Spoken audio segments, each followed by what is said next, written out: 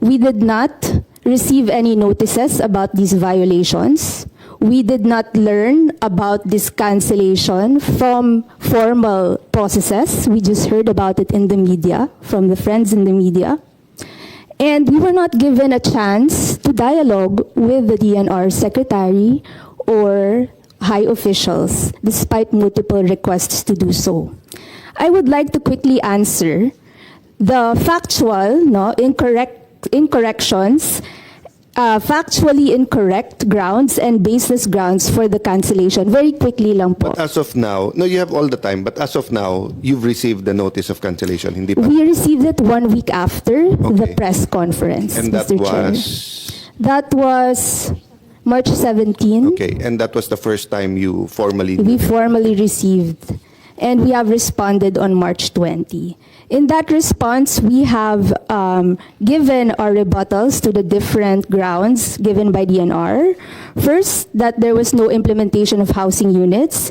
This is not accountable to Blue Star because according to the SJVA, the construction of these units will only come after the DNR has delivered the land free of liens, encumbrances, claims, and occupants, which until today the DNR fails and has failed to do. So, Blue Star is not accountable. Pwede niyo ibalik lang yung mapa. So, ma'am, okay lang. Para Sige lang po. we don't go back and forth and don't have to. Yung mapa kanina nang tinanong ko si ASEC. So, dun sa tatlong area, ano yung hindi pa na-deliver or is it many parts of those areas? I think the subject po right now is the red one. This is called Lot 10, yung mukha pong Yes. aso. But as for your contention na hindi pa due and demandable yung housing projects because hindi pa na-deliver. So you're talking about the 300 hectares or are we talking about pati yung 130 and 270? We are talking about the 300 hectares, 300 Mr. hectares. Chair. Sa 130 and sa 27, that's fully under your control or meron din mga... Our position is that it is already consummated, Yes. that agreement. But what I meant is there still other people, other groups that hindi na naalis. Konti na lang po. So meron din, Meron din, outside the konti. 300. Yes, outside the 300. The second... Let me just clarify, sir. The truth is, all of these lands were already lost by government when we first reached the place. The 130 hectares, the 300 hectares, and the 2,700 hectares. Nawala na po ito ng gobyerno. Napabayaan, pinagparti-partihan na. Hindi ho nang mahihirap, kundi ng mga may pera, may nasa posisyon, may baril. Under all these three contracts, DENR has obligated itself to clear the land of illegal occupants and of claims, liens, and encumbrances. In all three contracts, DNR miserably failed to do so. Well, first, let me say, sir, I understand powerful people claiming land. I mean, siguro sa generation ngayon, hindi na naintindihan talaga yung land grabbing at saka yung mga sindikato. But I had an uncle na katutubo, nakakuha sa Antipolo. Sabi nga niya sa akin, I was a first-term congressman, sabi niya, nireserve niya ako ng 1 hektarya. And then every year, he'll tell me, 9,000 square na lang. And then when he passed away, tinanong mga anak, kinuha mo ba? Sabi ko, hindi naman akin yon. So whether it's small groups or powerful groups, I understand what yung context na may mga huge tracts of land. Before it was even in Metro Manila, ngayon it's outside. But yung status ngayon, sir, so meron pang occupants yung iba? Marami ho ang actually nakakuan pa. Sige. Pero Nakakompromiso pa. Kasama ho ang isang swimming pool resort na pag-aari ng Penro ng Rizal ng DNR. Hanggang ngayon ho, hindi tinatanggal ng DNR. Andun, nakakahiya ho. Sige, let's have joint submissions, ma'am. Kasi I think interest naman ng DNR either way is to have a clear understanding ng map, ano yung occupied at hindi. Let's have a joint submission. And mas madali nga ngayon because of the Google Earth and drones, di ba?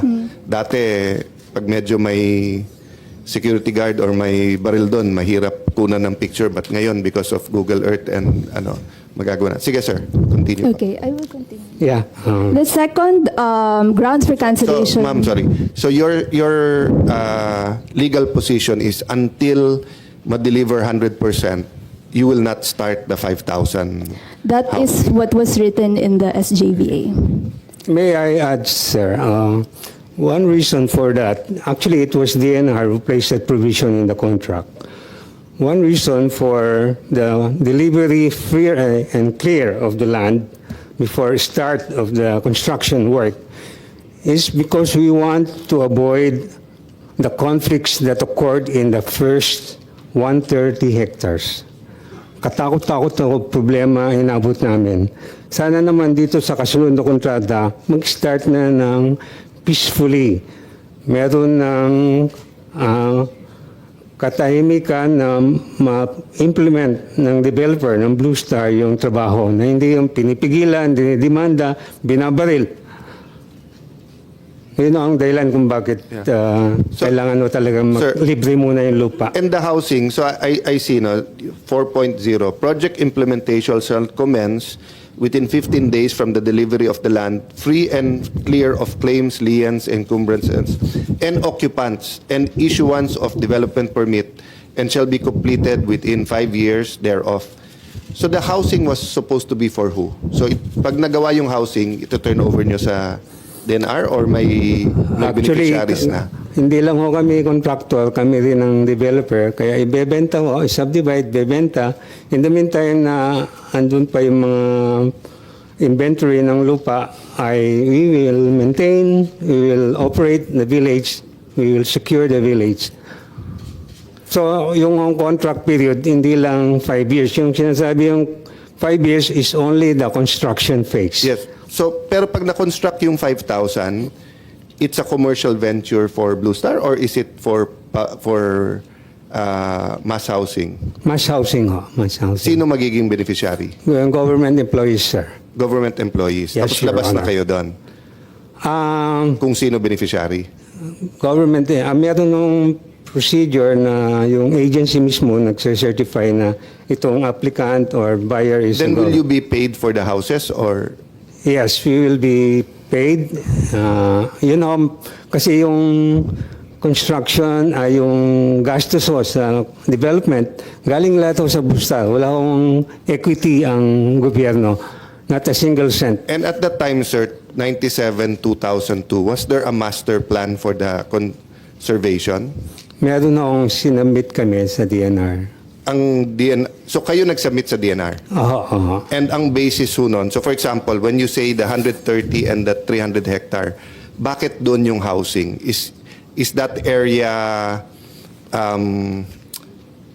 better for development and yung iba kailangan i-conserve or did we just cut it out? Anong naging logic? Ang pinaghuhugutan ko, sir, kasi parang sa akin may conflict yung may housing tapos conservation. Kasi usually tumutulay yun. But as I said, this was 28 years ago. So it could have been a different time and a different logic during... Yeah, I understand perfectly. So anyway, I won't interrupt you na, but that's yung trend of thought ko. Baka masagot nyo in your statement. Kung hindi, I'll ask that question ulit mamaya. Yes.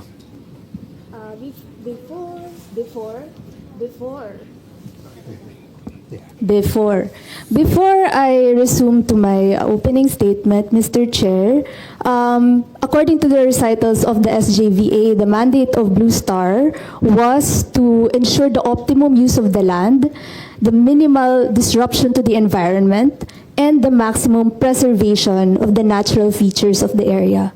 Because the Lot 10 does not only include buildable areas, it also includes maybe 40% of it is limestone formations.